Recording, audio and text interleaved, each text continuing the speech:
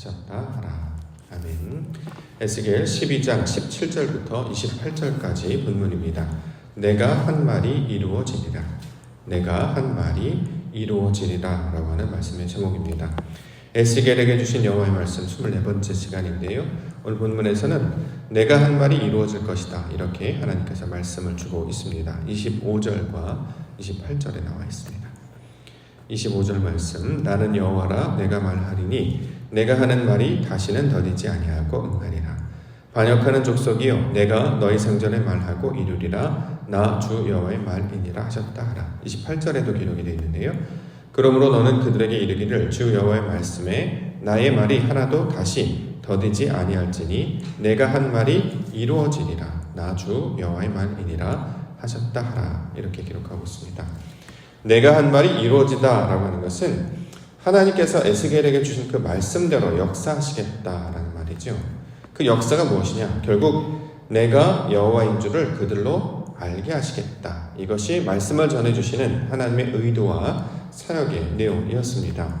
자, 지금 이스라엘 백성들이 하나님에 관한 지식을 다 잃어버렸죠. 잊어버렸습니다. 그렇기 때문에 다시 에스겔에게 말씀을 가르쳐 주셔서 그들에게 하나님의 뜻이 무엇인지, 하나님의 내용이 무엇인지를 알게 하시겠다라고 하는 말씀의 내용입니다. 우리가 배경을 살펴보면 유대인들이 지금 상황은 바벨론의 포로로 끌려와 있는 상태죠. 예루살렘이 멸망했습니다. 이방인에게 포로로 끌려와 있는 상태입니다. 왜 이런 일이 벌어졌는가? 바로 그들의 죄악과 범죄 때문이었습니다. 다시 말해 그들의 마음 가운데 하나님의 말씀을 다 잃어버린 상태가 되었다는 거죠. 그들의 마음의 중심에, 그들의 마음의 동기가 하나님이 아니라, 진리가 아니라, 말씀이 아니라 자신의 생각이 자신의 동기가 되고 주인이 되었습니다. 이것을 가증한 일이다라고 에스겔에서는 말하고 있죠. 그렇기 때문에 하나님이 중심이 되지 못하면, 말씀이 중심이 되지 못하면, 진리가 중심이 되지 못하면 그 마음은 어디로 향하냐면 세상에게 다 빼앗겨 버리게 됩니다. 그래서 자신의 생각을 하나님의 뜻으로 감당하지 못하고 세상에서 말하는 대로, 사람들이 말하는 대로, 세상에서 말하는 풍조와 교훈을 따라가게 되어서 마음을 빼앗겨 버리게 되는 것이죠. 이것을 포로로 끌려가고 예루살렘 성이 무너지는 것으로 우리 가운데 묘사하고 있습니다. 자, 이렇게 마음을 뺏기고 하나님의 지식을 잃어버린 상태를 다시 회복시키시는 것, 이것을 내가 한 말이 이루어지다라는 뜻으로 가르쳐주고 있습니다. 하나님께서 주신 말씀, 이 말씀을 우리에게 주셔서 지식으로 말미암아 하나님을 알게 하시고 다시 그 내용의 중심 가운데 하나님께서 우리의 마음의 중심이 되셔서 다시 하나님의 주인 되는, 하나님의 마음이 중심이 되는 그것으로 살게 하시겠다. 자, 이것이 바로 구원에 대한 약속의 말씀으로 주고 있는 것입니다. 우리가 날마다 기도 가운데 나아가고 있는데요. 오늘도 이 아침에 가장 먼저 붙잡아야 되는 것은 우리 마음의 중심에 하나님께서 임하여 주시옵소서. 진리의 말씀을 우리 심령 가운데 새기게 하여 주셔서 하나님 이제 오늘로 살아갈 때에 하나님의 말씀이 반응하게 해 주시옵소서. 하나님의 뜻으로 반응하게 하여 주시옵소서. 이거 우리 가운데 적용한다면 내 뜻으로 하는 것이 아니라 하나님이 기뻐하시는 대로 생각하고 말하고 행동하게 해 주시옵소서. 이렇게 우리가 적용할 수 있을 것입니다. 그렇기 때문에 다시 한번 말씀을 심령 가운데 새기고 하나님의 뜻 가운데 나아가시는 기도의 시간 되기를 원합니다. 자, 가장 먼저 주신 말씀, 음식과 물을 마시게 해 주셨습니다. 18절부터 보겠습니다. 인자야, 너는 떨면서 내 음식을 먹고 놀라고 근심하면서 내 물을 마시며 이 땅 백성에게 말하되 주 여호와께서 예루살렘 주민과 이스라엘 땅에 대하여 이르시기를 그들이 근심하면서 그 음식을 먹으면 놀라면서 그 물을 마실 것은 이 땅 모든 주민의 포악으로 말미암아 땅에 가득한 것이 황폐하게 됨이라. 사람이 거주하는 성읍들이 황폐하며 땅이 적막하리니 내가 여호와인 줄을 너희가 알리라 하셨다 하라. 자, 음식과 물을 마시게 하는데요. 놀라면서 마시라 이렇게 얘기했다는 거죠. 자, 음식과 물을 마시는데 왜 놀랄까요? 여기서 말하는 음식과 물이라고 하는 것은 하나님의 말씀을 가리키려고 있는 말이죠. 하늘의 양식을 먹는 것을 가리키고 있는 말입니다. 다시 말해 하나님의 뜻을 깨닫고 나니까 내 안에 진리가 하나도 없는 거예요. 말씀을 다 잃어버린 것이고 지식이 하나도 없는 것이다라는 거죠.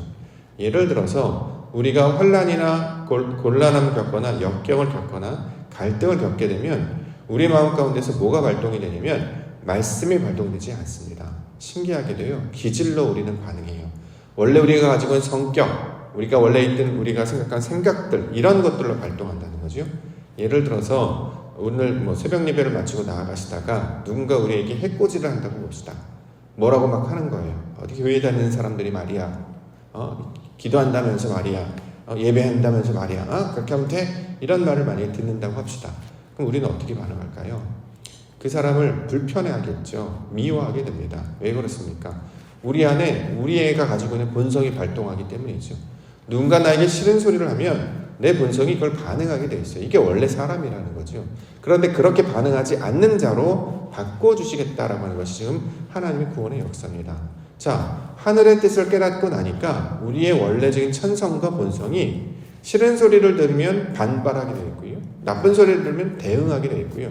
어떤 것들을 하면 거기에 기질로, 생각으로, 성격으로, 경험으로, 내가 하고 있는 지식으로 반응하는 자임을 알게 된다는 것입니다. 거기엔 뭐가 없으니까 하나님이 안 계시다는 거죠. 그래서 이것을 황폐하다, 적막하다 이렇게 이야기하고 있는 것입니다. 하나님의 양식, 말씀을 먹게 되는 자마다 깨닫는 것은 내 안에 하나님의 것이 하나도 없음을 알게 되는 상태, 이게 가장 먼저 말씀을 만난 자의 특징이 되어야 된다라는 것입니다. 내 안에 하나님이 없어요. 말씀이 없어요. 진리가 없어요. 그래서 어떻게 합니까? 내 뜻대로 사는 거죠. 어디에 맞추어 살지 않습니다. 우리가 정해져 있던 어떤 질서와 규칙들을 우리가 이야기하지 않습니까? 왜 규칙을 정하고 질서를 만듭니까? 왜 신호등을 세워서 차들로 지키게 하고 건널목에서 빨간불이면 멈추고 파란불이면 건너게 합니까? 약속이잖아요. 뭘 불편하게 하는 게 아니라 더 잘 돌아가게 하기 위해서. 왜냐하면 모이는 사람들이 많기 때문에 서로 간에 합의하에 질서와 규칙을 정해서 잘 돌아가도록 만드는 것입니다. 그런데 이걸 오히려 불편해하고 이것을 오히려 잘 지키지 않으려고 한다는 거죠. 본성대로 자기가 원하는 대로 자기의 생각대로 한다는 거예요. 심지어 믿음을 가진 사람들도 마찬가지입니다. 정해져 있는 지식이나 규칙, 다시 말해 율법을 주어도 이것대로 지키지 않아요. 자기가 내키는 대로 그렇게 살아간다는 거죠. 그러니까 하나님의 뜻으로 나아가려고 애쓰기보다 그저 자신이 가지고 있는 천성적인, 본성적인 상태로 나아간다는 것입니다. 문제는 그것이 적막한 상태라는 것, 황폐한 상태라는 걸 깨달아야 되는데 그걸 알지 못하고 있습니다. 그렇기 때문에 하나님께서는 에스겔에게 음식과 물을 마시면서 놀라게 하는 것은 하나님의 것을 배우면 배울수록 나는 무력한 사람이었고 나는 부족한 사람이고 연약한 사람이다. 이것을 아는 것이 생명으로 가는 길이요. 이것이 회복되는 길입니다. 온전케 되고 치료하는 방법이 된다는 거죠. 병원에 갔을 때 진단을 받는 것과 똑같은데 이것을 깨닫지 못할 때에 아무런 변화를, 아무런 달라짐을 기대할 수가 없게 되는 것입니다. 근데 놀랍게도 지금 음식과 물을 먹게 하시면서 내가 비어져 있음을, 황폐하게 됐음을 깨달아 알게 하셨습니다. 그러므로 이제 그 비어있는 상태에 하나님의 것을 채우는 것, 이것을 말씀대로 이룬다. 이 뜻으로 설명하고 있는 것입니다. 두 번째 주시는 본문의 내용은 속담을 그치게 하고 묵시가 응하게 하신다. 설명하고 있습니다. 22절부터 보겠습니다. 인자야 이스라엘 땅에서 이르기를 날이 더디고 모든 묵시가 사라지리라 하는 너희의 이 속담이 어찌 됨이냐. 그러므로 너는 그들에게 이르기를 주 여호와께서 이같이 말씀하시기를 내가 이 속담을 그치게 하리니 사람이 다시는 이스라엘 가운데에서 이 속담을 사용하지 못하리라 하셨다 하고 또 그들에게 이르기를 날과 모든 묵시의 응함이 가까우니 이스라엘 족속 중에 허탄한 묵시나 아첨하는 목소리 다시 있지 못하리라 하라. 자, 속담, 묵시를 지금 말하고 있는데요. 속담은 그치게 할 것이고 묵시는 응하게 하실 것이다. 이렇게 얘기합니다. 속담이 무슨 뜻입니까? 속담은 다른 말로 비유를 가리키는 말이죠. 예를 들어서 난 놓고 기억자도 모른다 라고 하면 이건 속담입니다. 그렇죠? 어떤 비유죠. 어떤 현실을 깨닫지 못하는 것, 지식을 이해하지 못할 때 우리는 이렇게 비유, 이해하기 쉽도록 또는 잘 깨닫게 하려고 이걸 가르쳐 줍니다. 자, 비유의 원래 목적은 그 말씀 그대로를 말하는 것이 아니라 원래 가지고 있는 뜻을 갖고 있는 거잖아요. 이걸 깨닫게 하려고 비유로 주셨습니다. 속담을 주었다면 그 안에 담겨져 있는 묵시, 하나님의 이상, 그 뜻을 깨달아야 된다는 거죠. 그런데 사람들이 그것을 깨닫지는 않고 말로만 사용하고 있다는 뜻이에요. 여러 가지 비유는 많이 이야기하는데 정작 묵시는 깨닫지 못하는 상태가 된다는 거죠. 그래서 그것을 가리켜서 허탄한 묵시, 빠져만 복술의 내용이 된다라는 것입니다. 예를 들어볼게요. 아브라타카브라라는 거 들어보셨습니까? 말한 대로 이루어져라 라는 뜻이거든요. 옛날에 사람들이 아브라타카브라 이렇게 이야기하면서 마치 그 해리포터에 나오는 그 영화처럼 주문을 외우는 것으로 이 양을 썼습니다. 아브라카타브라 이거 무슨 뜻이냐면 말한 대로 이루어지다라는 거예요. 말한 대로 다바르라는 단어가 그 안에 들어가 있죠. 하나님께서 말씀하신 그대로가 똑같이 이루어질 것이다. 자, 이것은 하나님이 하시는 일을 가리키는 말이지 우리에게 주문처럼 하라는 게 아니었다라는 거죠. 근데 사람들이 그걸 주문처럼 외우면 이루어질 거라고 착각한다는 거예요. 내가 뜻은 모르고 하나님께서 우리 속사람을 변화시키는 그 의도는 알지 못하고 말만 흉내내면 그걸 반복적으로 100번 말하고 1000번 말하면 그렇게 될 것이다 라고 스스로 이해한다는 거죠. 하나님께서 우리에게 지식을 주시고 뜻을 알려주셔서 하나님을 알게 하시는 것으로 주었는데 하나님의 뜻을 알거나 그분의 의도는 파악하려고 들지 않고 말만 배워서 아브라타카브라 해서 자신이 원하는 그 목표, 자신이 원하는 그 의도를 이루려고만 된다는 거죠. 이것을 속담을 그치게 하다는 말씀으로 지금 이야기하고 있습니다. 우리가 이제 신앙생활할 때는 마찬가지입니다. 이 신앙생활할 때 이 하나님의 말씀을 주문처럼 외울 때가 너무나 많이 있다는 거예요. 자, 이러면 이게 여기에 말하는 아첨하는 복술, 허탄한 묵시가 되어버리고 합니다. 그래서 이제 비판하는 것 중에 하나가 주기도를 주문처럼 외우면 안 된다. 사도신경을 그렇게 하면 안 된다. 이런 비판의 목소리들도 있습니다만 여하튼 말씀을 의도, 하나님의 남겨두신 그 속뜻을 아는 데까지 나아가야 해야 된다는 것입니다. 성경을 많이 읽으면 좋습니다. 그러나 많이 읽는 이유는 이해하려고 있는 것이지 그걸 횟수를 늘리려고 있는 게 아니잖아요. 그렇죠? 1독을 하고 2독을 하고 1000독을 하고 100독을 하면 그렇게 많이 읽었다라고 하는 것은 그 의도가 무엇인지를 깊이 있게 연구하고 깨닫기 위해서 읽는 것이지 숫자만 늘린다고 해서 그거는 아무 의미가 없다는 거죠. 근데 지금 유대인들의 상황이 바로 그런 것과 똑같다라는 것입니다. 속뜻은 알려고 들지 않고 형식만 붙잡고 거기에 매달리는 상태. 그래서 이제 그렇게 하지 않으시겠다라는 거예요. 속담을 그치게 하시고 묵시로 하나님의 뜻이 그 하나님께서 말씀하는 것을 우리 가운데 이루어 주시겠다. 그 이루어 주신 내용을 바로 예언으로 설명하고 있습니다. 26절, 27절. 여호와의 말씀이 또 내게 임하여 이르시되 인자야 이스라엘 족속의 말이 그가 보는 묵시는 여러 날 후의 일이라 그가 멀리 있는 때에 대하여 예언하였다 하니라. 자, 예언. 하나님의 말씀을 이해하고 깨닫는 걸 가리키고 있는 말이죠. 자, 아버지께서 원하시는 뜻이 무엇인지를 알게 되었어요. 이걸 예언이라고 이야기한다는 거죠. 왜 그렇게 됐습니까? 우리가 이전에 살펴봤던 것처럼 하나님께서 우리에게 한 마음을 주시겠다라고 약속하셨고 새 영을 주시겠다라고 약속하셨기 때문입니다. 새 영, 거룩한 말씀, 성령을 우리에게 부어주시겠다라는 거죠. 그래서 돌 같은 마음을 제거해 주시고 부드러운 마음을 주시겠다라고 설명하고 있습니다. 에스겔서 11장 19절과 20절 말씀에는 내가 그들에게 한 마음을 주고 그 속에 새 영을 주며 그 몸에서 돌 같은 마음을 제거하고 살처럼 부드러운 마음을 주어 내 율례를 따르며 내 규례를 지켜 행하게 하리니 그들은 내 백성이 되고 나는 그들의 하나님이 되리라.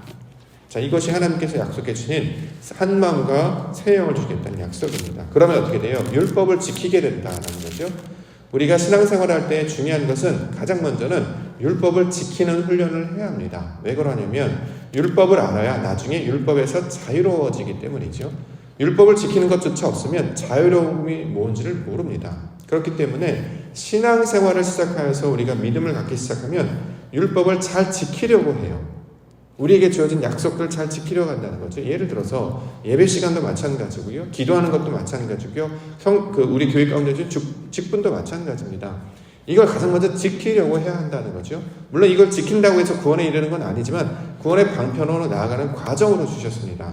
일단은 말씀을 지키고 규례를 지키는 연습을 통해서 나중에 하나님의 영이 우리 가운데 들어오면 이 율법에서 자유로워지는 그 상태까지 나아가야 되기 때문에 마당만 밟고 가다가 성소에 들어왔으면 성소에서 일어나는 일을 감당해야 되겠죠. 이것을 우리 가운데 가르쳐 주셔서 그 성소에서 이제 지성소로 나아가는 방향까지를 우리 인도해 주시기 때문에 율법을 지키고 말씀을 지키고 기를 지키는 것으로 우리 가운데 말씀하고 있습니다. 교회 생활로 이렇게 말한다면 직분을 맡겨주셨다면 성실하게 감당해야 합니다. 이거 되게 중요하게 여기셔야 된다는 거죠. 우리에게 직분 주신 것은 그냥 직분 주신 게 아니라 나중에 다 물어보실 거예요. 그 달란트 주는 거랑 똑같잖아요. 하나님께서 말씀을 주셨습니다. 직분을 주셨습니다. 그럼 주인이 들어와서 이걸 계산한다는 거죠. 잘 감당했느냐 물어보신다는 비유를 성경 곳곳에서 하고 있다는 거예요. 그렇기 때문에 세상에서도 우리에게 어떤 역할이 맡겨지면 이것을 잘 지키려고 한다는 거죠. 왜 그렇습니까? 거기는 상을 주기 때문에 그런 거 아닙니까? 소위 말하는 돈을 주기 때문에 열심히 한다면 성경에서는 상을 얻게 하시기 위해서 이런 것들을 주셨어요. 믿음의 상, 하나님을 아는 것에 가르쳐 나아가기 위해서 주셨다면 이걸 몸으로 잘 해내야 우리 몸 가운데 익숙해지고 자신의 연약함을 발견하게 되기 때문에 결국 믿음의 과정 가운데 이 일들을 유익하도록 주셨다라는 것입니다. 그러므로 우리가 다가오는 2022년도에는 하나님이 주시는 일들, 이것들을 먼저 성실하게 감당하는 일들을 우리가 먼저 생각하고 이것들을 감당하기를 원합니다. 그렇게 되면 유익이 있다는 거예요. 신호등을 만들고 규칙을 만들고 질서를 만드는 것은 힘들게 하려고 하는 것이 아니라 마치 그 병사들이 군대 일을 감당하는 것처럼 그 선수들이, 경기장의 선수들이 그 어떤 상급을 위해서 열심히 뛰는 것처럼 그렇게 우리 가운데 주시는 하나님의 기회의 선물이 된다는 거죠. 우리가 이것을 믿음으로 받을 때에 하나님께서 우리를 은혜의 길로 인도해 주실 줄 믿습니다. 2022년도에 우리 교회 선언 중에 하나가 성령으로 헌신하는 교회입니다. 헌신, 몸을 드린다라는 것인데요. 이 말씀을 마음 가운데 잘 붙잡고 이 일들을 우리가 성실하게 감당함으로 하나님이 주시는 은혜를 경험하는 성도와 교회가 되기를 원합니다. 하나님 약속해 주셨습니다. 말씀하신 대로 이루어질 것이다. 그러면 우리가 이걸 다 받을 때에 우리 심령 안에 주의 말씀들을 채워질 것이고 이것들로 우리를 깨워주실 것이고 새롭게 변화시켜 주실 줄 믿습니다. 이 말씀을 기대하며 하나님의 말씀을 깨닫는 은혜가 있기를 주의 이름으로 간절히 축원합니다.